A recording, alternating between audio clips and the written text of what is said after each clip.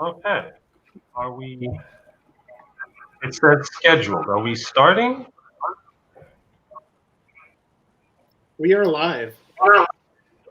Okay. Then thank you everyone for joining the Breaking Into Hollywood panel at FIT Diversity Con.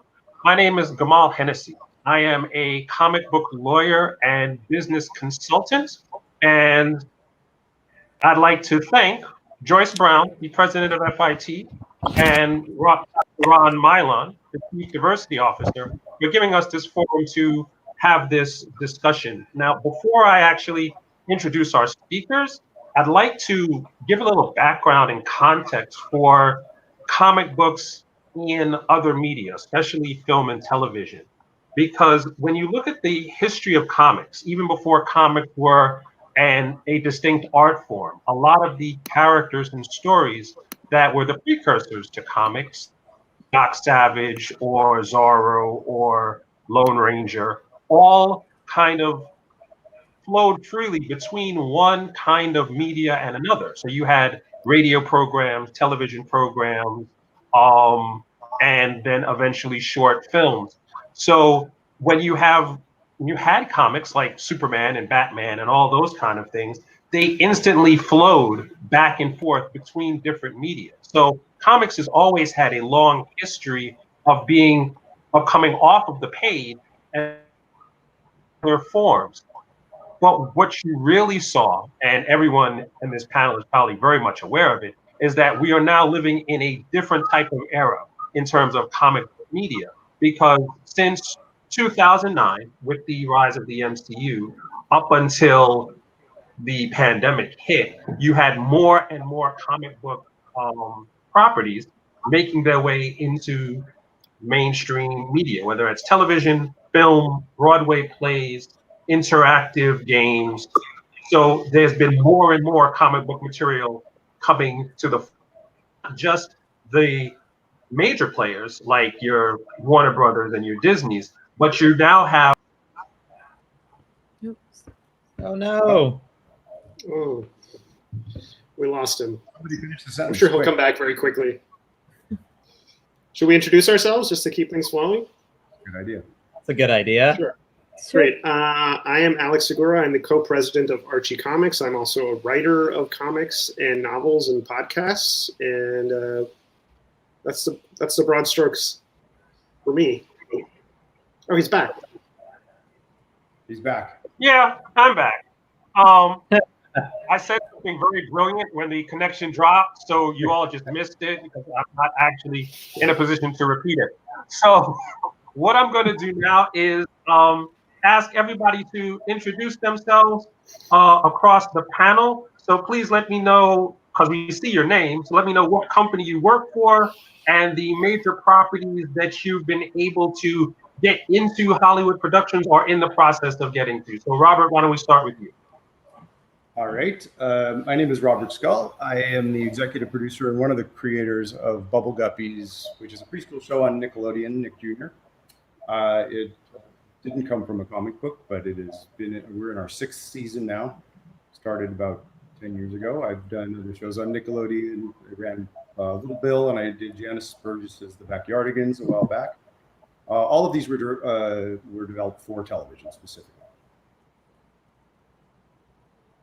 And that's the end of my line. It's good. What else? Over to you, Vivek. Lost them all again. Why don't I just jump in? Hi, everybody. I'm Vivek Tiwary. I work for myself. My company is called Tiwary Entertainment Group, and I do a variety of different things across a number of arts and entertainment fields. I'm probably best known for my work on the stage. I'm a producer of a number of Broadway musicals. Most recently, I'm the producer of Jagged Little Pill, based on the Alanis Morissette album. Before that, I was producer on American Idiot, based on the Green Day album, producer of The Addams Family, and my work goes all the way back to working on Mel Brooks, The Producers, Hairspray, Raisin in the Sun. I have a lot of work in the stage. And most of that work is adaptive. It's adapted from something, whether it's The Addams Family adapted from those famous Charles Addams cartoon strips, or American Idiot and Jagged Little Pill adapted from very famous rock records. But probably the main reason that I'm on this panel today is regarding a non-stage project. It's the Fifth Beatle. It's a graphic novel that I wrote that came out on Dark Horse a number of years ago, first published at the end of 2013. And we've been adapted. We were adapting it for film, and we pivoted about a year ago to develop it for television instead. And so it's not out yet, but it's well on its way. And so, it's been 7 years since the book came out. So there's been a long journey there. And those of you who work in this field know that that's a real amount of time, but it's actually, these things take time. Some of you might be in the audience might be thinking, oh my gosh, that's a long time, but it's actually not in our industry.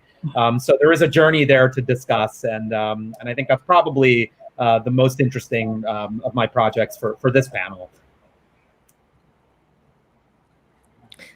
So, hi, everybody. My name is Shanty Harmayn. I'm from Base Entertainment, which is a film studio based in Jakarta in Singapore.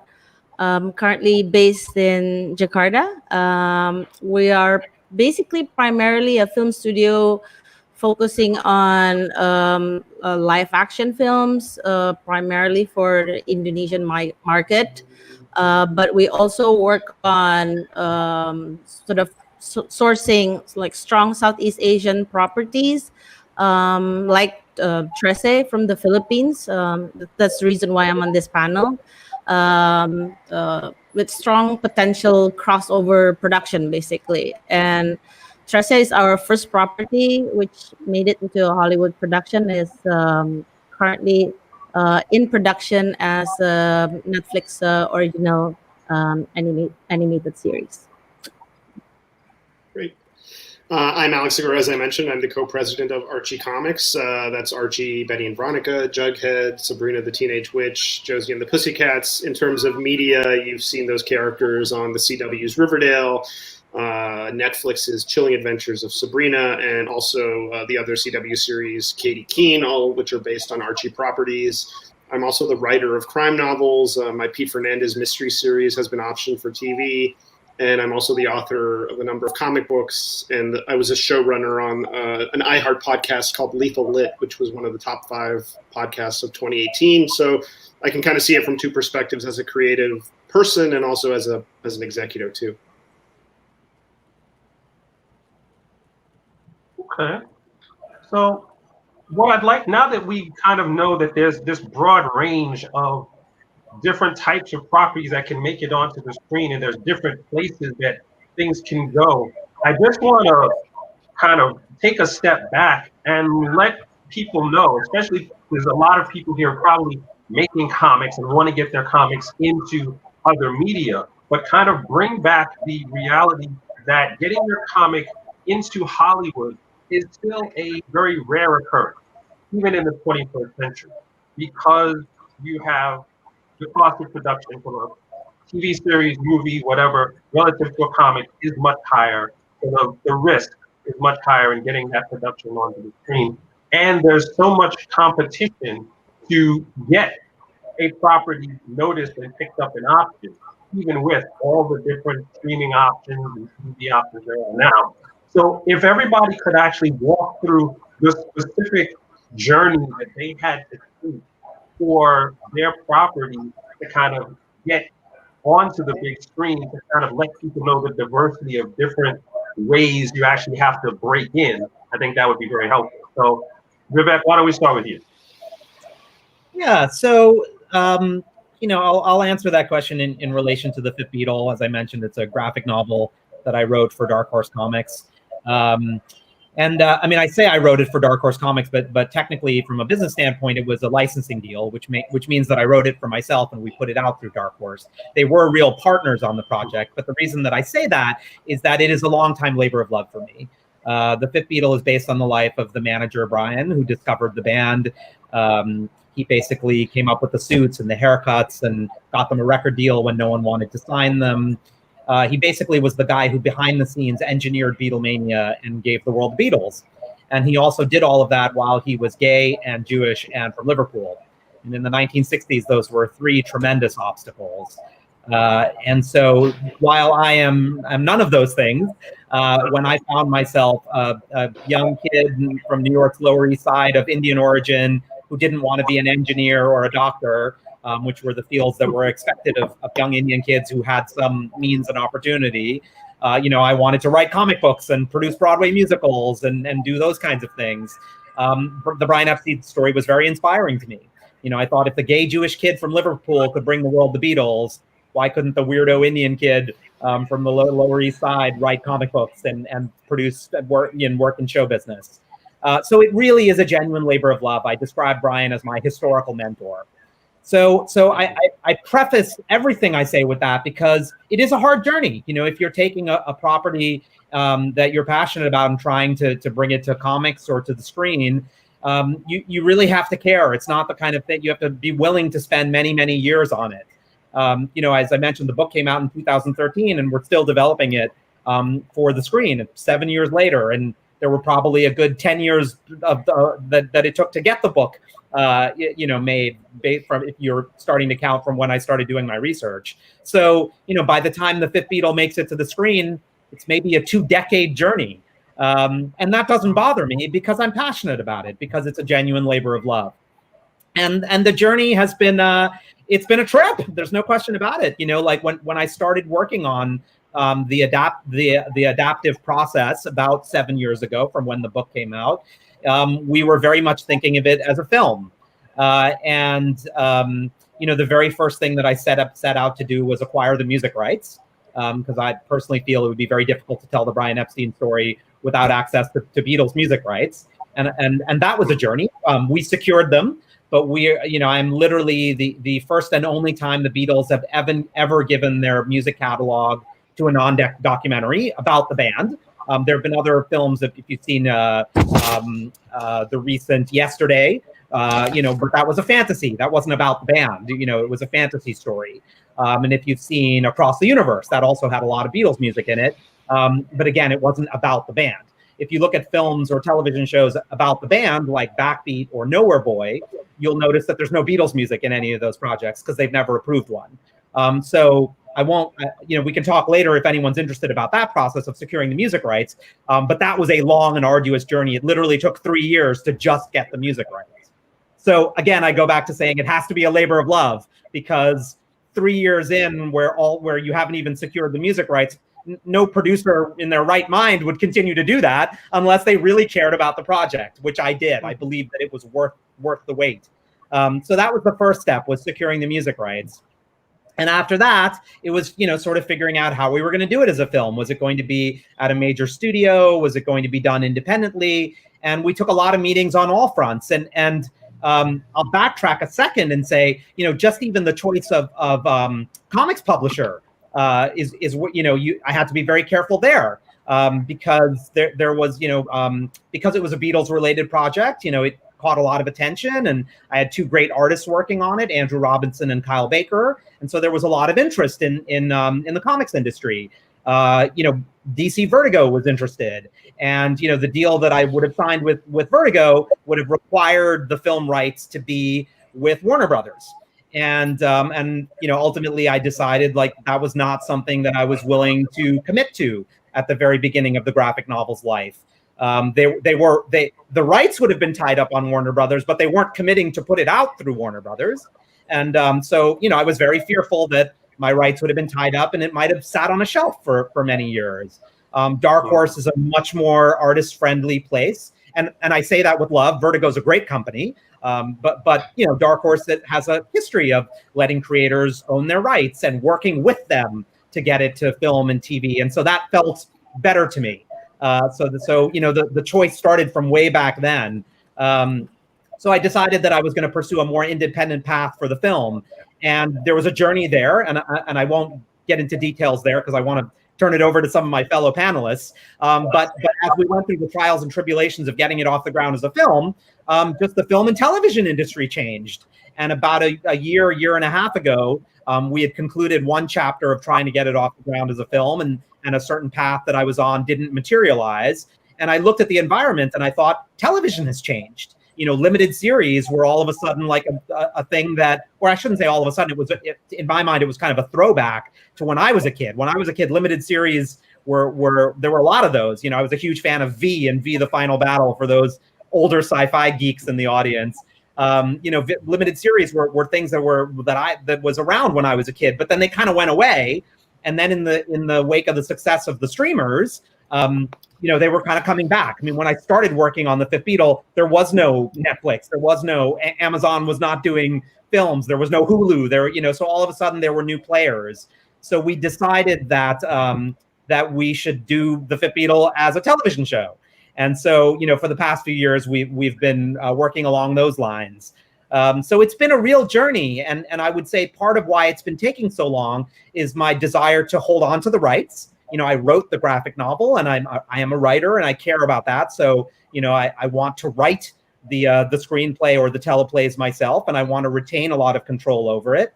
The fact that I secured the Beatles music rights and they gave me that honor also feels like a responsibility. Like I can't screw that up. Like, I have to honor the fact that the band trusts me and the fans trust me. So as a result of all of those things, it's just taking longer than it might otherwise. But I honestly believe if I had gone for an easier path, like, going with Vertigo and having the rights be at Warner Brothers, I might have gotten a payoff in the earlier days, but it might also still be sitting on a shelf, or it might have, have had its expiration date, and I might have had to realize that it's never happening. Whereas, like, I remain confident that it's going to happen, and it's just taking that journey that these projects sometimes do to get to a place where I will be proud of it and the fans will feel taken care of. So anyway, I'll stop there. I know I've talked for a little while. Please, I apologize for dominating so much time. Let me pass it off to one of my cohorts here. Yeah, I'm happy to chime in. Just seeing. No worries. Shanty, why don't you? Okay. Okay. So Alex, shall I? Go ahead. Yeah. No. Yeah. Okay. I think we've all got a lag. Okay. For Tresse, so Tresse is a graphic novel created by the brilliant Budget Tan and Kajo Bellissimo. And for us from Base, especially myself and Tanya Yuson, who were the first one who basically worked on this, we work with Budget and Kajo, and we have to convince them, like, okay, like, work with us. And so it's all about trust, because we're the producers, we're not the writers. So we need to explain to Budget of the journey that we're going to go through, and the fact that the journey might be very long. So that was very clear from the very beginning, and we don't even know where the journey is going to go. So even for us, the producers, so it took us a while to have the property set up. And mind you, we're from Southeast Asia, so there's always budget constraints. Even if in the US there's budget constraints, then in juxtaposition, this is even smaller, basically. And for us to get it set up, it took a while, because it's always the question about, so because this is a Filipino IP, because we picked it up because it's so strong in local content, but yet also very strong in crossover potential. So the question is always, so in our discussion with many parties over the so many years, is, so which market are you making it for? So is it the Philippine market? Is it the Southeast Asian market? Is it English language? So that's always back and forth, is like that. And because the market at that time was not as growing as this time when we started, so and the Southeast Asian market is also very fragmented. So it's a lot. There's a lot of people, but we all spoke different languages. So if it's just for this market, it's not enough. If this is market, then but they don't speak this language. So it's very frustrating, actually. And then if you say, let's do it in English, just for this in English, do you think that the audience will gauge? So it's first the market, and then the language, and then always the question about the budget. whether the budget fits the market or the language. So it's go back and forth like that for a lot of years. And in the beginning, it's always about live action. Actually, we never thought about it as an animated series. In the end, we're very grateful that finally we worked with Netflix, and I think it was the best combination and the best platform for Trece. Yeah. So in the nutshell, something like that. Okay. Alex, do you want to jump in and give us your perspective? Because you have a much more established property. Because I remember like Josie and the Pussycat and like that kind of stuff animated from like the mid 80s. So there's a much longer history there. Yeah, I mean, Archie will be celebrating our 80th anniversary next year, which is very exciting, and it's just a testament to the IP. I do want to kind of harken back to the initial question, which is, what would the advice be to someone who's looking to make it? And it really all starts with the work. It really starts with the original graphic novel, the original story, and I think there's a real turning point for Archie where John Goldwater, our CEO, came in and said we need to make this IP much more vibrant, much more present, much more like it feels like it's happening today as opposed to in some kind of Pleasantville type scenario.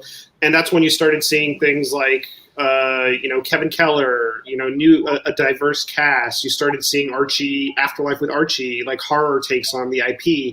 And then we relaunched the main Archie book with Mark Waid writing and Fiona Staples on art, to, A-list comic book talents. And that, I think, really changed the perspective people had on Archie. It wasn't just like this sitcom-y comic strip that was drawn in a set way and could only do so many things. It really opened up the floodgates. And so that's when I think we started seeing more of a receptiveness from studios and from media companies realizing like, okay, we can take this IP, we can kind of stretch it and tweak it, and it'll still be Archie. It'll still be, Jughead still eats burgers, Betty and Veronica are still who they are. It's just a different kind of setup. So I think my first bit of advice to any creator looking to see their comic become something else is worry about the comic, make it as great as it can be, make that original source material so compelling in that medium that people will be drawn to the content. And then the second thing is, as a creator, I've been through this before, you just want to make sure you're buttoned up in terms of your contracts and your collaborative agreements. Comics is a collaborative medium. That means you have to get in the weeds on stuff like IP, percentages, who owns what, who has a stake in what. And you really have to have that ready to go before you can approach anyone about an option. And, so many journeys, especially publishing and media, are long, as we've noted before. It's a long road, and none of those tentpole moments are the peak. You get an agent, that doesn't mean you've won. You get that deal, the option, it doesn't mean it's going to be a show. I mean, my novels have been optioned and they're not on TV yet. It's just part of the journey. So I think you need to be willing to play the long game and be passionate and engaged in the content and make sure that's as strong as it can be. And then just make sure that the technical and legal side is as buttoned up as you can make it as well, with your collaborators and with your partners, like we were talking about before, finding the right publishing partner, finding the right media partner, and making sure that your viewpoints are aligned so you can get that greatest exposure you want. Yes. Robert, you're up, sir. Yeah, here I am. I unmuted. Yeah, I'm going to be the fourth person to say it takes a long time. You've got to have perseverance and patience.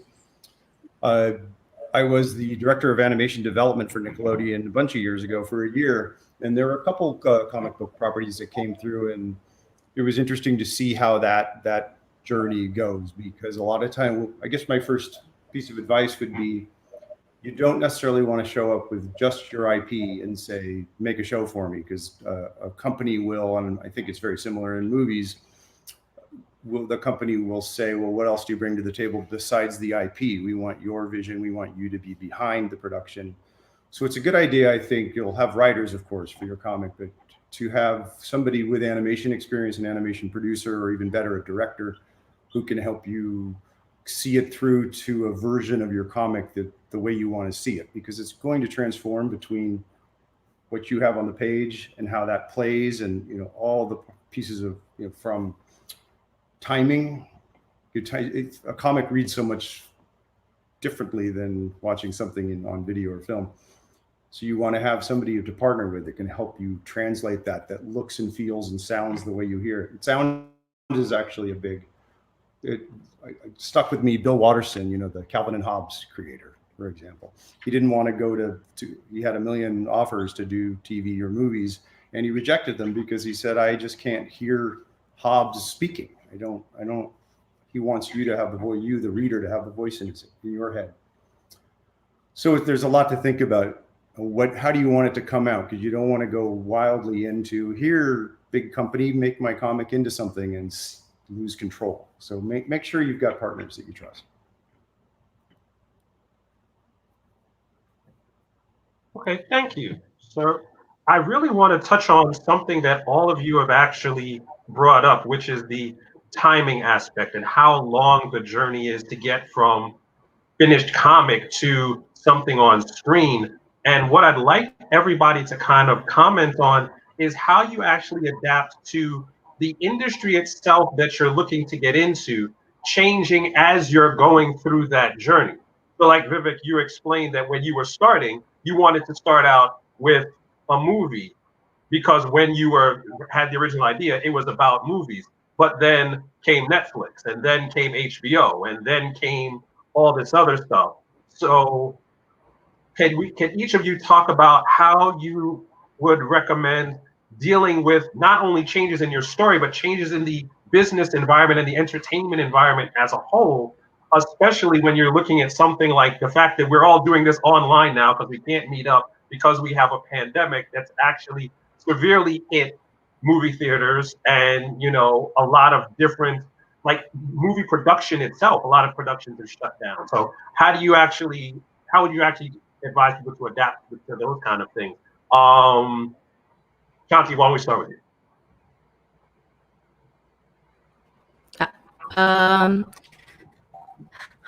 Yes. It's throughout the years that we were developing per se, we went through so many, how to say, adjustments basically. At first, I think we're also a bit early for Southeast Asia at that time. So we wanted to do series, and then it didn't work. Primarily, I think it was also about budget. And mind you, at that time, the streamers haven't basically come into the region, like come in full force. Netflix was not there yet. Many platforms were not there yet. So this is like early years. And so we wanted to do series with one platform, one studio, and then it didn't work out for the budget. And then we moved into the potential of making it into a movie. Again, like what I mentioned before, it didn't work out because of course the market, I think primarily the market that we were aiming for was not ready. So whatever discussion, market language, budget, nothing fits. So we need to, every time we jump into another discussion, it's like, oh, how long this discussion will take before the discussion collapse. So I guess I'm not trying to be disheartened, but I think, again, I want to say what Robert was saying. It needs perseverance because you're going to go through so many discussions. And it doesn't mean that, in hindsight, we say, oh, wow, thank God that we went through all that. And thank goodness that we took notes. Oh, this doesn't work because of this. So for the next discussion, we took notes what discussion before. Oh, that doesn't work, so let's not go there anymore. We move to the next one. But maybe then the next one is it's not necessarily the answer as well. So it really evolves with time. And again, and we're also trying to basically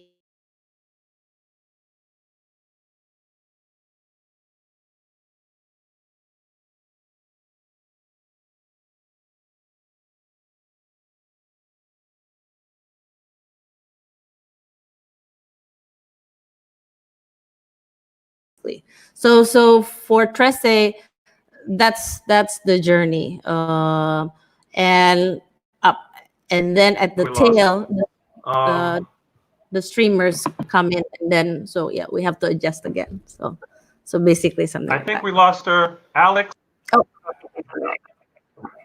am I back? You're back. Okay, You're I'm back. yes, back. you're back. Okay, sorry. So yeah, so basically we went through so many permutations and so many different type of platforms and type of deals and type of setup. So it's about people who you meet. It's about perseverance, and it's about having in the end good partner. Because we're trying to be a good partner also to Budget and Kajo, who is the author of the graphic novel, and basically, always update them about, okay, this is, we're going to this one next, and explain why it doesn't work. So we're always keeping them up to date, because we're not the authors, and we're just trying to basically make sure that their work will have the best place, basically. So yeah. That is very interesting. It is challenging and something I'm still trying to learn, that you want to keep the integrity of what you're pitching and what you're trying to get made, but you have to be limber and not just, you can't just hunker down and say no, dig in and reject any notes or any changes, but you also want to be limber and allow it to evolve. And then again, back to time, over the period of time it takes to make the appetite for serialized or short form or not, comedy, or everything shifts. So you really have to be limber as well, but still maintain your love for the integrity of what you've created. Now, Vivek, I know that did you have limitations on how limber you could be because you were telling a documentary story, and there was certain, because you were basically taking licensed material and biographical material, were there more contractual limitations that you had when you were trying to get your thing made? No, I mean, so the Fifth Beatle is as I said, it's a graphic novel that I wrote, and it's his life story, but it's told, as I use the medium of comics, at least if I did my job correctly. You'll have to read it and tell me what you think. I've really used the medium of comics to its full extent, and it's a piece of art. There's fantasy sequences, hallucination sequences, dream sequences. So it's not a biography. I call it a graphic novel. I don't call it a biography. Now it's based on 20 plus years of research into Brian's life, which is another story. I'm probably the world's leading Brian Epstein expert. I mean, it really is a subject I know a lot about, and I speak at Beatles conventions about. So it is based on a tremendous amount of fact and biographical research, but it's told in a way that, again, if I've done my job correctly, that involves a lot of poetry. So the contractual obligations that I face were not about the narrative. The narrative is mine. I'm the writer, and it's based on facts that I research. So I know that what is real and based in fact and what isn't. So the contractual obligations really were with the music rights. I had there's certain limitations to what how many and it's really about cost. Like if you use X number of seconds, it's this amount of cost, and what I can do with trailers and what I can do with end credits, and things that are probably less interesting to the folks on this panel. But it's so the real heart of it is the things that Shanty and Robert have already said. It's about being able to look at the environment that's out there, packaging your work in a way that's attractive to that environment, and being able, Robert used the word limber. The word that I always use is nimble. You need to be able to kind of to be true to your story. The story always has to come first, but then be nimble. If you see that it's hard to get a film like this off the ground, and more people are and there are more buyers in the television world, then you need to be able to be nimble and start looking at thinking, can I do this at TV? And for me, that was really exciting, because I've done 20 plus years of research into Brian's life. The idea of having a 6 to 8 hour palette in which to tell his story, and to get to tell many, many stories that I didn't get to tell in my 120 page graphic novel, that was super exciting. But if that doesn't serve your story, because your story doesn't have 8 hours worth of material, it only has 2 hours worth of material, then don't stretch it out just for the medium. Like, you have to be true to your story, and you just have to find a way to get it made at film, because it needs to be a film. So on one hand, you do have to be very nimble on it, but everything has to, I think that's something Alex said, everything has to stem from the source material, from your story. Like, what is the story you want to tell, and are you super passionate about it?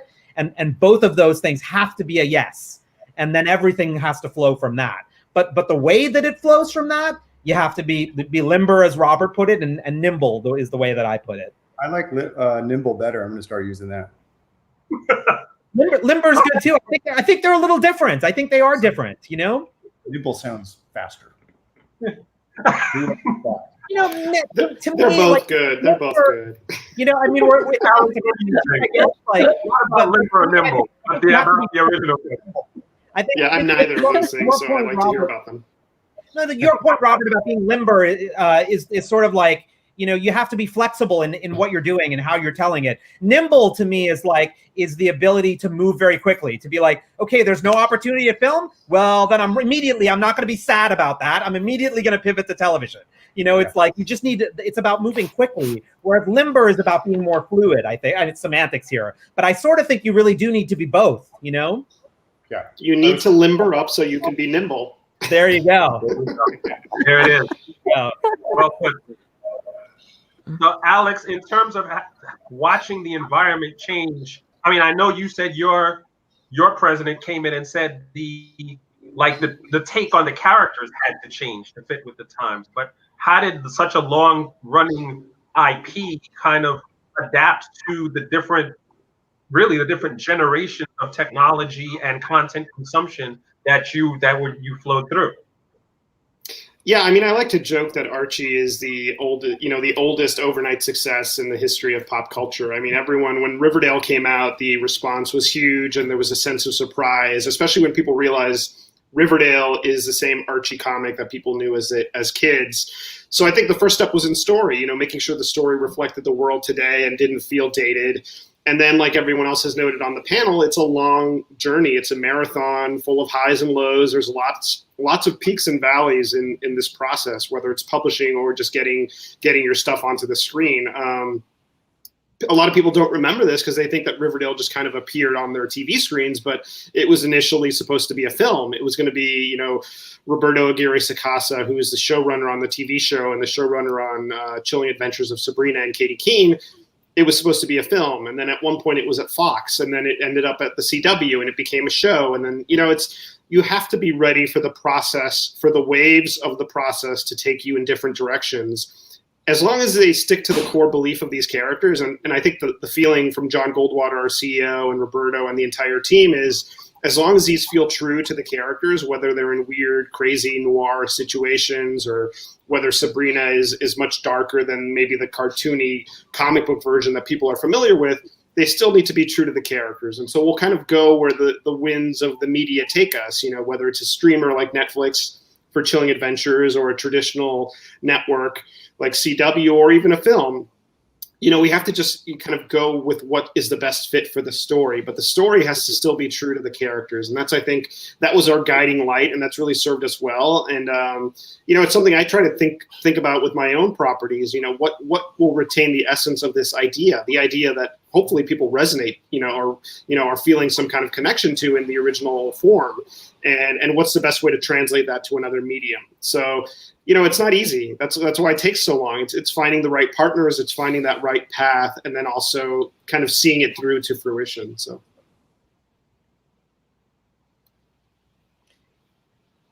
Yeah, that makes perfect sense. I'm going to ask one more question before I open it up to the audience. So if anyone in the audience would like to ask a question, please feel free to type it in the comments, and then once we get to it, I will read them off for our panelists to answer. So I think the last question I want to ask, because we have this underlying theme of perseverance and adapting through time, is how do you all of you actually see, I mean, because you have to look 2 or 3 years ahead to see where the market is actually going.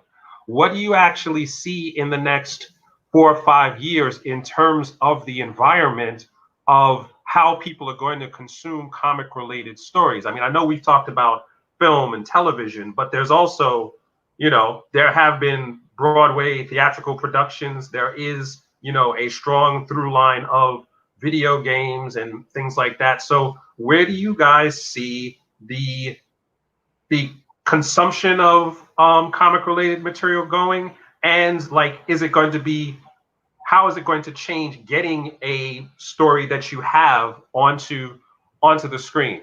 Alex, we'll start with you this time.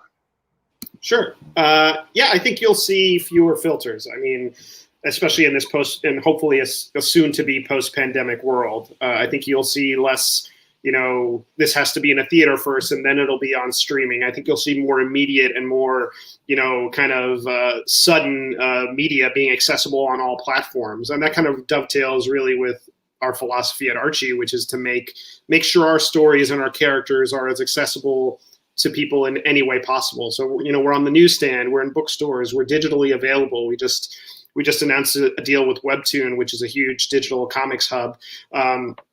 And so I think you'll just see fewer hurdles that consumers have to jump through to get the content they want, whether it's on their phone, whether it's on their TV screens or computer screens.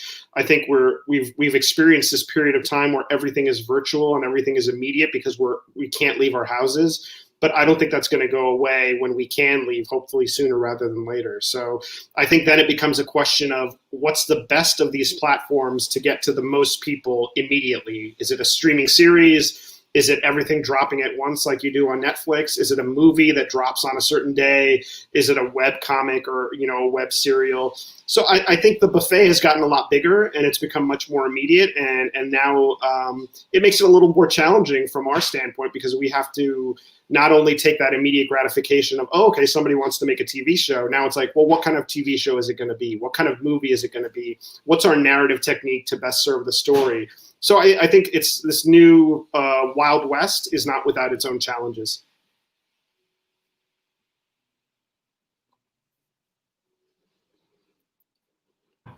Shanty, what did you think?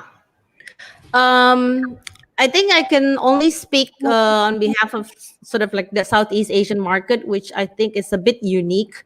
Let me just give a short intro a little bit. So we're a very growing market, including in cinema. I mean, this is a pre-COVID time. For instance, like Indonesia was growing at 20% per annum for the past 3 years, like consistently. So more screens in cinema. So the past 2 years, we see a lot of local top comic books are being adapted into feature films because of the growth of the cinema. So there's enough budget, at least sufficient budget to make it into a feature film, actually for the first time in the film industry. But now with COVID, I still think that if the situation is a little bit under control, I still see a rebound for theaters. I don't know whether we're going to go back to the same growth before it. I hope so. But now that the streamers is entering the market full force, especially this year during the pandemic, I mean, we're the second or the third country for Disney Plus. So Disney Plus just opened in Indonesia in September. So now it's a market where Netflix and Disney Plus is head to head, basically. So it's you can see the growth, and I foresee a demand of streaming content going so high up in this year and the following year. So I can see. I think there will be a combination of some property will still go to cinema, because some people will still wait until the cinema will be open. But definitely there will be more demand for all the comics, and especially comics online, because here the way the comics are being consumed is mostly through digital. So I already see a lot of several few top comic from line being adapted to screen, and I foresee they'll be adapted to series. So yeah. Okay. Before you answer, to let you know what the question was, so we don't like surprise you. It was basically, how do you see the consumption market for comic-related media changing in the next 3 to 5 years? Now that because it takes such a long time to get a property on, to where you want it to be. Looking forward, where do you actually see the content market going? Vivek, how would you like to respond to that question? I'll be honest, I don't have much to add to what Alex and Shanty already said. I think they really put it pretty eloquently. I mean, I think the demand for material that came from the comics world is just going to increase. I mean, we're all here because we love comics, right? This is a Comic Con at heart, and we love comics because it's a great medium for telling great stories. And to echo the first thing Alex said, it's all about the story, right? And so with the comics is a medium for great stories, and great stories will survive. So I honestly, I don't want to take up any more time. I think Alex and Shanty nailed it with what they said. Okay, Robert, you have any other thoughts to add before we open it up to questions? Oh boy, I missed some of that. I fell out for a minute, but It's fun. Whose siren is that? Oh, that's me. Sorry. Sounds like New York. Yeah, that's what it is. Go ahead, Robert. Oh, well, I kind of missed the question. Can you give it back to me real quick? The question basically was, because it takes such a long time to get a comic from the printed page to the screen, and because the industry might change in that period while you're doing that development, what do you actually see happening in the market in the next 3 to 5 years, so that people listening to this might be able to actually anticipate some changes in the market as they're trying to get their book from the page to the screen? I don't think you need to do anything different than, like these guys said, keep coming up with great stories, and especially great characters, a strong property. The world is going to be really hungry for more content, more than ever. And one of the great news about comic books, entertainment is, standing pretty strong during all of this. So it's just going to keep going. But I don't know that I could recommend anything different that you'd want to do other than keep on keeping on. I think the one thing that I would add is that we're living now in a world of like a long tail. So every story, every concept can actually find its own audience. So the idea is that you need to, when you're bringing this IP to another medium, before you do that, it kind of helps to actually have a pre-existing audience, a pre-existing fan base that you can build off of to build that excitement. So, because I have quite a few clients in my practice who have the idea they're going to make a comic, and before issue 2 comes out, Netflix is going to give them a deal, and that's where all the money is going to come from. And as I think you guys have all successfully and thankfully pointed out, that this is a very long journey, which means the concept itself, the story itself, has to be sustainable in the market for a long period of time. You can't expect to put out 1 issue or maybe 2 issues and then say, okay, where's my Netflix deal? If you're looking at somebody like a Todd McFarlane, he's had like a movie and a TV show, but that's over 350 issues. It's a longer process that you have to be ready to maintain in the comics before you can even decide you're going to jump to another screen. So I think now is a good time.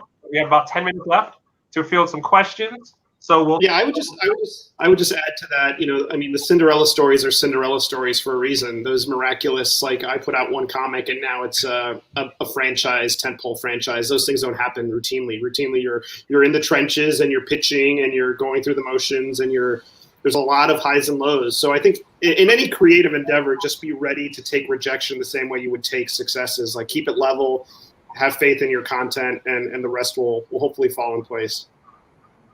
Absolutely. Absolutely. So let's get some questions, and then we can hopefully help people out.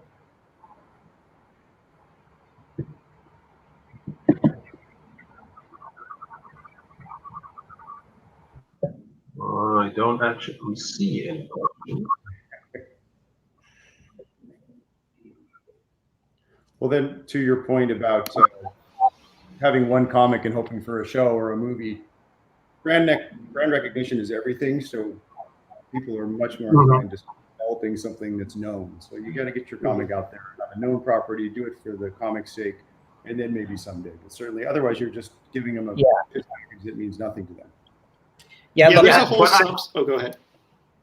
I think there are certain cases where you can work with pre-existing known brands and maybe only have like one thing come out. Like Vivek, if you're doing something on the Fifth Beatle, and the Beatles are one of the most iconic bands in the history of music, well then maybe you don't need 300 issues of the Fifth Beatle before you get some interest. Like he said, he got interest very quickly, but that's because of the subject matter and the pre-existing fan base, pre-existing brand. Yeah, I mean, look, it again all goes back to like, you know, packaging really to, you know, to make your piece as exciting as it can be. Like, you know, the fact that I wanted to make a graphic novel based on the life of the Beatles manager, like that was exciting because the word Beatles was in there, so people would immediately listen. But that wasn't enough. I needed to have Andrew Robinson and Kyle Baker. Like I needed to have some great artists on board, you know?